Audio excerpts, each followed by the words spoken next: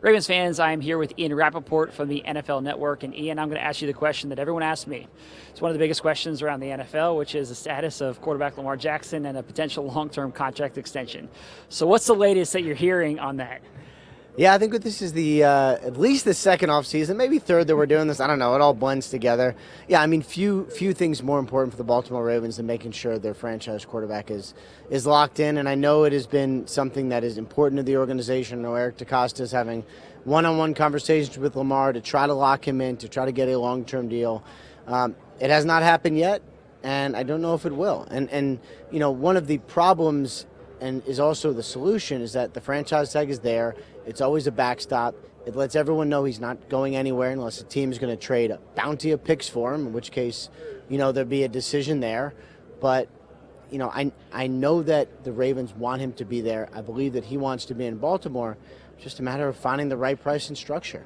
When you're here at the Combine, part of it is the workouts, but there's also all the conversation that's taking place and when you're talking with GMs and head coaches. Is this one of the biggest stories that you're following here at the Combine? Yeah, I mean, for me, you know, there's three really big stories here. There's what happens with Aaron Rodgers, and he is out of the darkness, but we don't know what his future holds. He has not made public. He has not told the Packers. He has not told teams, so we are still waiting.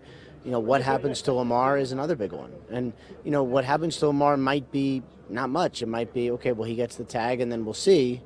But that continues the story into eternity. But most important thing for the Ravens is he's still their quarterback, right?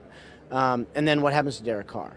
You know, I think that's really important too. And he is here in Indianapolis, not with us, but also in the same city, going to meet with teams, going to meet with the Panthers and the Saints and the Jets. So those are probably the three biggest non-Combine stories to watch this week. And then the last question about Lamar is when it comes to the franchise tag, there's two options. You can go the exclusive or the non-exclusive tag.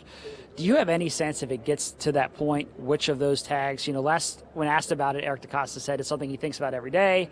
You know, hasn't made a decision or an announcement yet, but what sense do you get on that front? I mean, well, first of all, I don't know. My sense is the exclusive tag probably makes the most sense, right? Because what it does is it gives him a fair deal, you know, a lot of money, but it also gives the team the opportunity to control where he goes. It's not just, well, someone's going to sign him to an offer sheet and then we'll see. Like, if you're trading Lamar Jackson, my guess is it's for more than 2 first-round picks because he's one of the best young quarterbacks the NFL has seen in a very long time. So the exclusive tag allows them to really control it. And if a trade doesn't happen, then he gets a really substantial salary as well. And last question, Ian. Another big free agent for the Ravens is Marcus Peters. You know, and a lot of this depends on what happens with Lamar because there's that domino effect and that ripple effect. But what is your expectation with Marcus Peters, and does he land back in Baltimore, and what the market will look like for him?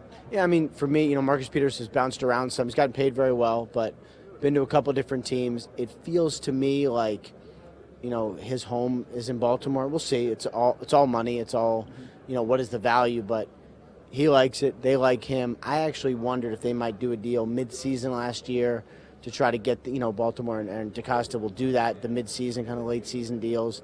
So it seems to me like it makes sense for both sides for him to be there, but obviously the money has to be right. All right, Ian, we appreciate it. Fans, you can follow him at Rap Sheet and watch him on NFL Network all throughout this week. Thank you so much. Thank you, man.